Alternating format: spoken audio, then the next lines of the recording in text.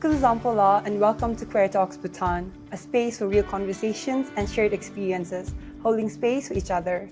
I am Regita Gurung, your host for today's episode, and today I have with me a really special guest, Tashi Bumpa. Tashi, welcome to the show. Thank you. Thank you for inviting me. How are you feeling today? I think it's good. Yeah, I'm feeling good. That's good to know. Tashi, I think today we want to know more about you because you are a popular sensation, right, online. But I'm so sure that the world has more to know about you. So I'd love for you to tell the world everything that there is to know about you, a quick introduction about you, the life you've lived, and anything and everything you want the world to know. Okay, first of all, thank you for inviting me for the Queer Talks. And then, introducing myself, my name is Tashi Bumpa. And then on online, everyone know me by the name Tashi Bumps. And then I'm 21 years old, and then my pronoun is he and him. Then currently I'm in my fourth year, which is like I'm in my final semester at Paro College of Education.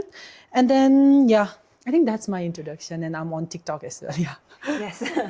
Thank you, Tashi, for the introduction. There were a lot of things you've said in this, and I want to go deeper into it. Yeah. The first being the fact that you're going to be an educator. And that is so cool because, school is one of the most important spaces where queer youth need to be guided and supported, right? And you, of course, were a student once, and now you're going back to school. Yeah. Do you want to tell me your experience studying teaching and going into this field as a teacher and educator? Yeah. So regarding my experience, so let me tell you two difference. First of all, when I was a student. So when I was a student, I felt like as a student being a queer in school, I felt like it was bit more uncomfortable, and then because usually in schools the teachers usually have this habit of separating boys and girls, So I used to feel uncomfortable, and then bullying, So my situation, it was not very intense. I had so much of bully, but there was some incidents. But as teacher, it's a very different thing, because being a teacher, it's very different. You go to schools and all the students, they know you're queer, but they give you this teacher respect. So as a teacher, when I went to school, it was bit different. And then when I talk about gender aspect in the classroom, there were few incidences where the students came upon me and they said oh, it's like that. So I also felt like that. So what about me, So I got questions like that as well. So looking at this situation, I feel now Bhutan is also progressing when it comes to queerness. Thank you for that. I think it's so beautiful to know that it's a full circle moment for you. You were once a student in these schools trying to navigate the complexities and at the same time, maybe the discrimination, the bullying, or the lack of inclusivity. Now you go back. Now you get to go back to the spaces with more power, with more respect, right? And also with more responsibility. And it's interesting that you said some students came up to you and talked about how they could relate, or they maybe found representation in you, which is so beautiful. And that's another thing I think we always have to emphasize on, the need for representation. And you being a really visibly queer person, very proud, but also very smart and talented, tells the world that, a person can be so much more. And that's beautiful. But, I'm sure this experience of becoming a teacher in itself has a lot to do with how you are now, right? And you talk about your college a lot. And so I would want to know about the experience within your college. In Paro. From what I know, I did do a UN Bhutan dialogues in Paro College of Education, and I found the environment very receptive, very comforting, enabling. I even found the dean and the people super kind at that time. So I want to know, for you, how was it? Were there any fun activities that you did that in a way helped you be more confident and comfortable in yourselves, friends you made, anything of that sort that might have helped? So I think the gradual time when I came, to be honest, I never came out as the square in front of my parents as well, but in a way parents are through the feeling itself, they know. So for my situation, it was quite different. I never came out. And then but I'm so proud because I know my parents support me anyway. And then regarding college, I think the gradual start of me coming out as an individual was during my college time. When I met my very beautiful friend Samantha Isabel. She's currently in Australia, and then thanks to her, I'm here today as one of a very I don't know what I should say, but social media, I'm very much on social media, and thanks to her, she brought me here to this position where she's always when someone says bad to me, she'd be always oh no, it's nothing, you're doing so good, keep on, So she's there, big shout out to her. And then I had this very popular moment in college where I participated in a very like a fashion audacity competition. So during that time, I think like through that TikTok, I blew up on TikTok. So like when I reached college, there's this one organization called YPA Bhutan, so Youth Peer Education Network. So I think that organization is the one which pushed me forward to be who I am right now. So confident, so proud, because like when I transitioned from high school directly into college, like it was not like that. I was like kind of like shy kind of person who would not open up. But after joining a club in that college, I felt like I have like come out as an individual, so proud, so confident. So yeah, that's the thing. Thank you for sharing that. I think your experience is a testament to how there's a need for more enabling communities within college, and that friends, allies play a big role, right? For sure, you mentioned your friend Samantha and the youth network of YPR. And I do see the impact they have in different colleges. And I think that there's a need for more of such youth networks where you get to bond, connect, learn, and grow more confident. Yes. And you said TikTok Blue. What were you doing in that TikTok? So I was just like, I never thought like when I started TikTok, I never thought like, oh, I would be this, one day, Tashi Bumps. Now I think like I have like recently, I'm about to hit like 40K. I'm just like 100 more followers. Like I'm like at 39.9K. 40,000. Yeah, 40,000. And then on Insta as well, I have like 38. So like, to be honest, I don't consider myself to be an influencer as well, because like I don't put very like educational content to influence someone, but like I make sure like I put contents which are entertaining for the people to watch. So when it comes to this stuff, I feel like TikTok played a major role, to be honest, to coming out as well, because that was my media platform where I could like open up to individuals saying like, yeah, I'm queer, So like, I feel like TikTok played a very like a major role in my life as well. And then like, as you said, friends in college matters a lot. And then my friends of circle are like next level, to be honest. Big shout out to them as well. I have like 4 or 5 friends like who are like very good. Like even if I like go up on them and say like, I need a boyfriend, and they would be like, yeah, sure, why not, So I have like this very warm circle of friends, and then that makes a major difference, to be honest, because like having a very supportive parents and having a very supportive friends makes you, to grow better in life, and then they always push you to go forward, because strangers are always there who will be like, who doesn't like this stuffs, and they would be like, oh, you're doing like this, you're doing like that. So sharing one incident when I was like on TikTok, and then as a teacher, they pursue you to be like a very like a perfectionist, so teacher knows everything, teachers are perfect, So like when I came online and I was like just on live, and there was this one individual who came up on me and said like, you're okay, you're doing so good, but why do you wear lipstick, with the go on it? And I'm like, what the heck? What do you mean? So I was like fighting online for that, So I was like raising my voice, because as a quiet person, most of the people think like you're timid, you're very shy, and you should be like, yeah, ila, menla. No, I'm not like that. So everyone should know that queer individuals can also come out to be very like, what do you say now, successful person, and then they can do something great in life, rather than always being timid. So yeah, I want to show that. I love how you're taking up space, but I want to go back to how you lived 2 different lives, or like 2 very different journeys with 2 different groups, your family and your friends and the social circle. You said with your family, you didn't have to come out, but you still had this supportive system within them, and that in school, in uni, you felt comfortable in expressing your, your queerness, and online you had more confidence. I love that, because I think when you talk about coming out, it's a very boxed category, right? People think, okay, there has to be this dramatic moment where you come out, you have to tell your parents, there has to be tears, not necessarily. And I love how your parents are supportive, no words have to be shared. And I think this is a reminder to even our audience, people in young people who might be like, oh, I don't want to come out. I am queer. I accept my identity, but that's it. And you're telling them it's okay. But at the same time, you can also live another life online with your friends where, you can fully embrace it, be loud and proud. And that is beautiful. Thank you for sharing that. Now I want to go back to the TikTok thing, right? Because you said there is a growing number of love, but there were a lot of hate and criticism, especially from people who have no space for tolerance and respect. And you said there's people, especially queer people are boxed and expected to be more timid, shy, because, you're taking up so much space.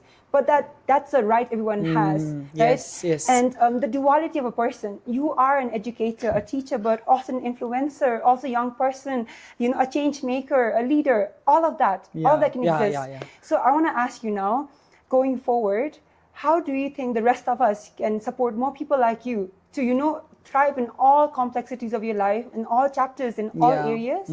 And because I feel like the rest of us must do something too, right? Yeah. Lucky for you, you had supportive family and friends. Yeah. But I don't know if the rest of the young people who might want to follow the same path do. So what can be brought in? Yeah, so I think like first and the foremost thing is the support. Support is very essential when it comes to queerness. Like if there are people who are always like pulling you down, intrinsic, you like feel like you're not doing well.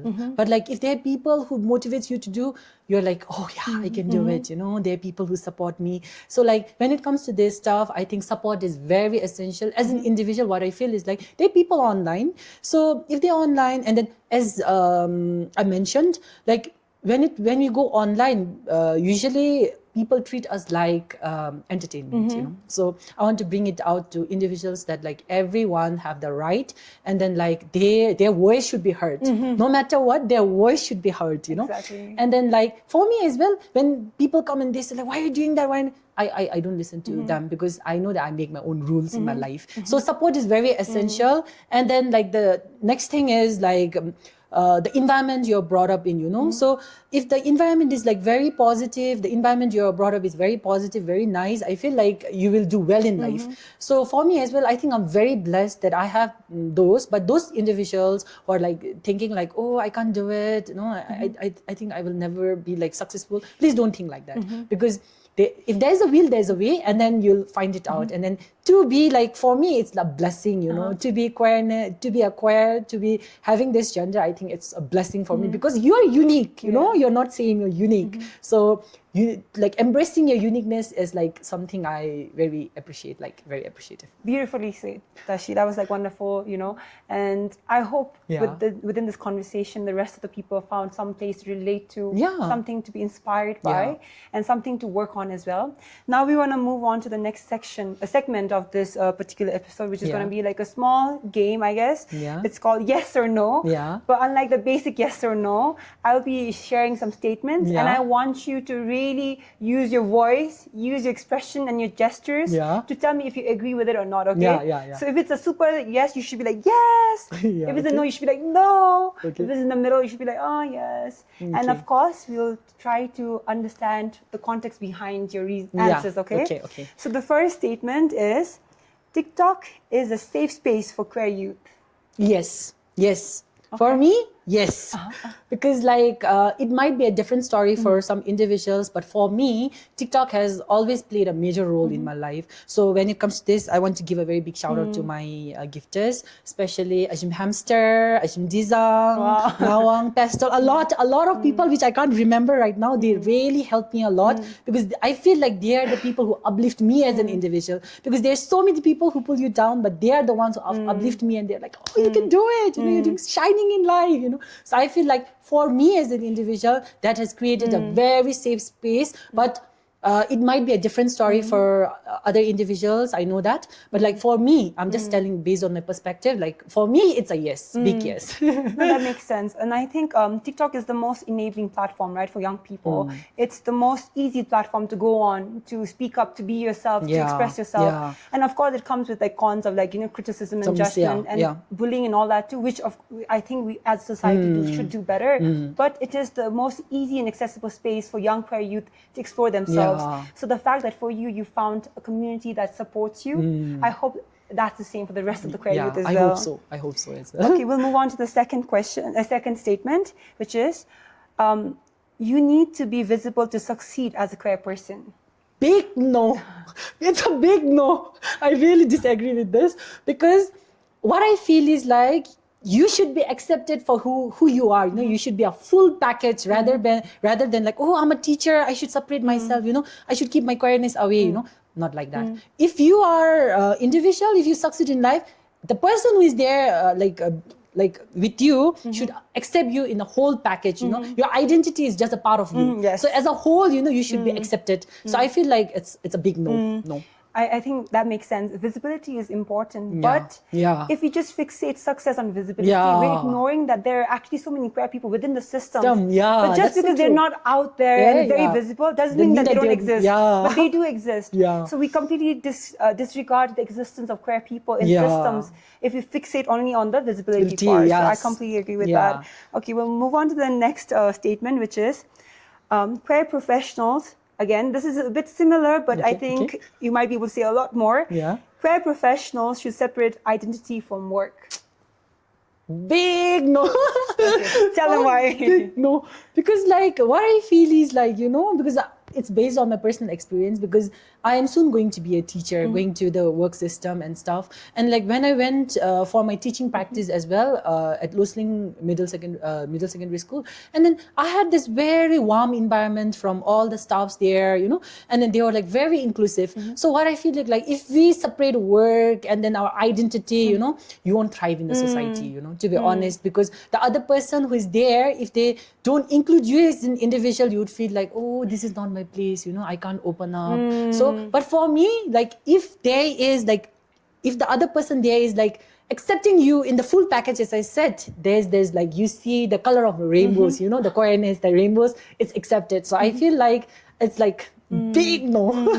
And I agree with that. And I think it's unfortunate that, the duality and the complexity of a queer person is often, again, dismissed, right? When you put your queer identity just in front of you or like completely ignore it. And I think everyone should have the right to just be themselves. Yeah, that's so that all the colors of the rainbow shine.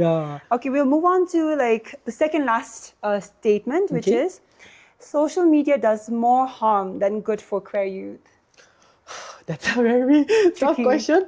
But like, I would say like, yes. Okay. Yes. Not full yes, but a yes. Okay, I'll choose the middle part.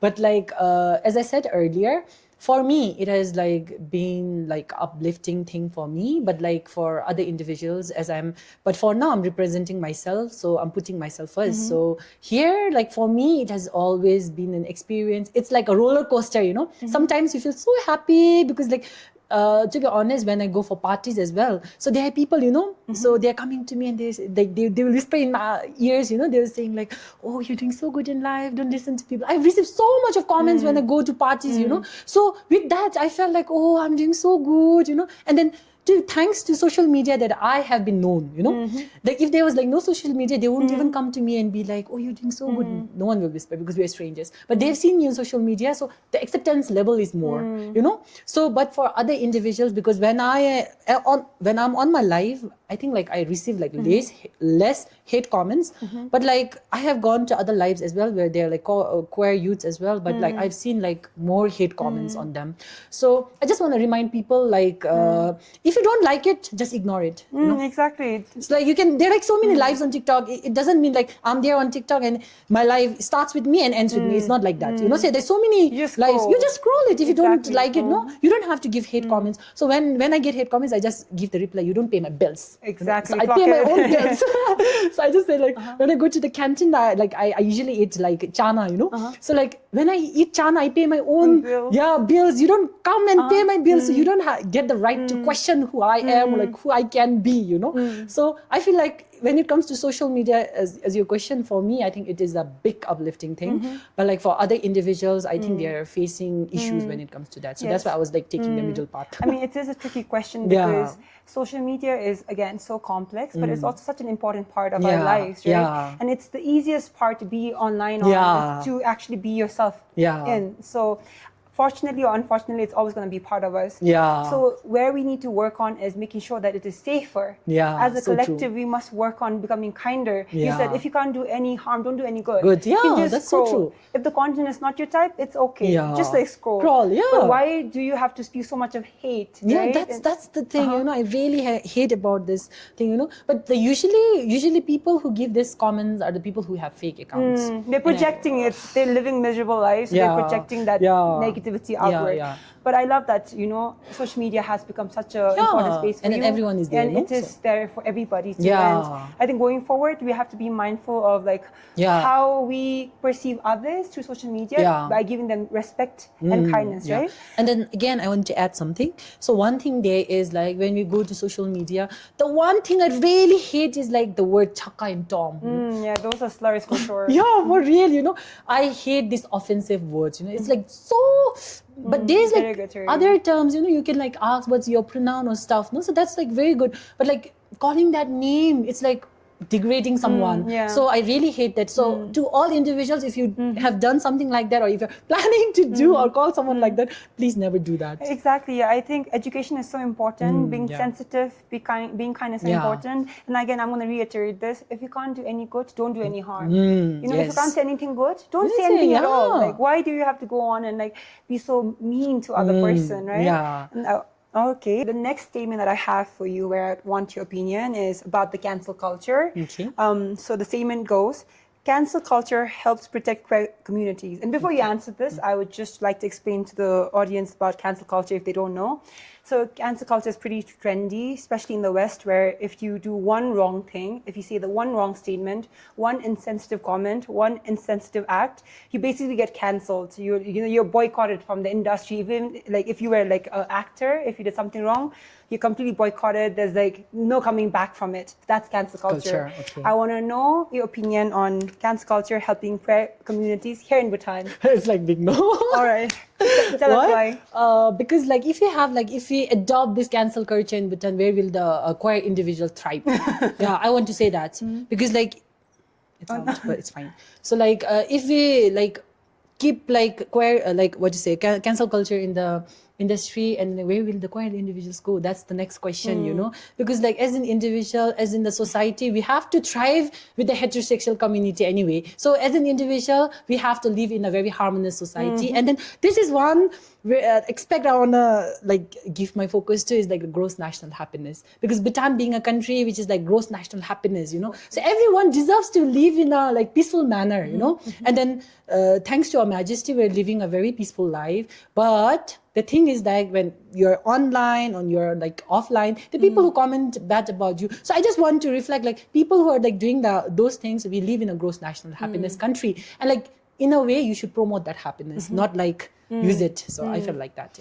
I think I can agree, because I think social media is still very new to us, and so is modernization. Like you mentioned, as a country, we've been out there for 40, 50 years. There's so much of modernization that's happening. There's so much of global connection that's happening. So people need the room to learn, to unlearn, to educate themselves. And I understand that the intention of cancel culture was to actually hold those who are mean accountable. But I think there's a more constructive way of doing that. I think it's important to have constructive conversations where I can call you out on your behavior, but I can also tell you how you can be better as a person. Yeah, that's true. And like you mentioned here, even in Bhutan, most people might not be mean or homophobic because they are ill-intended. It's because of ignorance, lack of education and understanding. So in such spaces, in such times, we need to also give them the room to learn and to educate and be better. And you said GNH, and I want to tap into actually Buddhism as a religion as well, where compassion and kindness is what we focus on. So that should be extended to everybody. However, that being said, again, I think accountability is important. So when people are going out of the way to hurt others, it's important that we hold them accountable. And we teach them ways to actually show up and be better in their actions too, right? And another thing to add is like, the whole queer community themselves, we are also very diverse. We don't have the same level of education, exposure, understanding as well. So it's wrong to think that all of us have a homogeneous way of thinking. So within the community as well, people would have very different opinions. So if we were to put cancel culture in the forefront, most of us would be cancelled too by each other. So it would not be a harmonious society for sure. All right. Okay. I'm going to ask you another question or another statement where I want your opinion. And this, I think you would have a lot to say. So being outspoken online is worth the risk. And before you answer this, we have to acknowledge that in online spaces, the risk involves harassment, right? Bullying, discrimination, stereotyping. But in your experience, how do you think about this? So I think for me, I think it's yes and as well as no. I don't know how to answer this, but yeah, it's like so tricky. But for me, regarding my experience, like from my experience, I feel like it's worth taking the risks. To be honest, it's worth taking the risks. Why I'm saying that is because through that platform is the only way where, as for me, because I have this media platform. So once I went for this workshop, and then I just remembered this fact, like someone told me, like, use your platform, use your platform to come out, use your platform, because if that person told me, if I go online, there will be less viewers watching me. But you're already out there and you have so many viewers, and then through that you can bring out at least few changes, So that person told me, and I just like realized, oh, I should use that, So I feel like it's worth taking the risks for me as an individual, but they're like, I don't know about other individuals, like it's very hard. But like for me, it's worth taking the risks, because through that, you're coming out, through that people are accepting you, and through that you can also create awareness that there are individuals in the society who are like, who are like having so much tough time, because coming out is not something is like so easy, like no, it's not like that. It takes a lot of courage. It like sometimes, when I was in high school, I used to like that time, I was like not, as I said earlier, I was not open. So I used to go I used to go to school, and then someone told me like, oh, you're chaka, and I used to go home. I used to like go inside the bed, I wouldn't even eat food, and I would cry and sleep. And then tomorrow I would be fine. I would go again, and then again face such issues, come back, So like through that experience, I feel like it's worth like risking, because like you are coming out, you're telling that, yeah, I should also be heard, So I feel like it's a huge space for you to tell people that, yeah, you also exist in the community, and then you should be accepted. So that's why for me, I think it's worth taking the risk. But like, I want to also ask your opinion. Yes, What do you feel? I think for me, I'm also very outspoken online. I'm not an influencer or a content creator, but I do use my platform a lot of times to bring out the social issues, which is not always received in the positive light. And in my experience in the past, I have been harassed by, people in positions of power as well for saying something that might have been controversial. However, I think it's also about knowing where you are. So, of course, there will be times when you might not have the energy, the safety, the agency, the comfort to speak up and, face the consequence of it. But for me, luckily, I think my education has really given me that privilege to speak on matters that I have learned about. And that's where, for me, I think it was still worth the risk. And there are times when I contemplate, and I do still like think, and there are times when I step back because I'm like, maybe not worth the risk. But I think it depends. It always changes. Yeah, it always changes, But it's so important because online spaces are the most accessible for us right now. We can't go around the country everywhere, with a mic, right? But online, it's easy to reach to people. So if you are in a better space, with more comfort or with more privilege or with even more like support, then it's easier for us to then use that platform. So I don't expect the others in the queer community to use the platform in the same way you and I do, or even more so. Because, at the end of the day, we have all like different lives that we're living, different challenges we're facing. Some of us are just trying to survive daily shenanigans, family issues, right? Online is a whole nother thing we want to talk about. But whenever possible, I think it can be beautiful. It can really help others learn and educate themselves and bring about a bigger difference in the world, right? So true, so true. I think we can talk about this forever, but I hope the people got the message from this. Okay, the last statement for today would be, and this is a very easy statement, but I would love to know your thoughts behind it. It's easier to be queer today than before. Is that a yes or a no? Yeah, it's a yes. Yeah, but not full yes. It's a yes. Why is that? For me, because like I went for like so many pride workshops as well, and then they were stating that like in the past, it was like not very open, and when they had to do the first meeting, it was not like very luxurious in a big hotel, so they had to do it in a very secret way. So looking at that, like today we're standing in front of cameras, like speaking, talking about ourselves, like speaking our voices out. So I feel like Bhutan has progressed when it comes to queerness, but I want to also state that like Bhutan has a long way to go as well. Because there are like so many things still happening, especially discrimination, stigmatization are still there in this society. So I also want to be like a trailblazer, so I want to like inspire individuals, you can be who you are, so that's something, it should be fine, and then people should accept you for who you are, and then you shouldn't change yourself for anyone. So that's why like Bhutan has progressed, but like still a long way to go. Yes, I completely agree with that. And like you mentioned, if you just look at the past decade, there's been so much to progress in the country in terms of like the queer movement, in terms of acceptance. but we are not anywhere near done, right? We just started and there's a long way to go. I think this is where like organizations like Queer Voices Bhutan, Pride Bhutan come into play.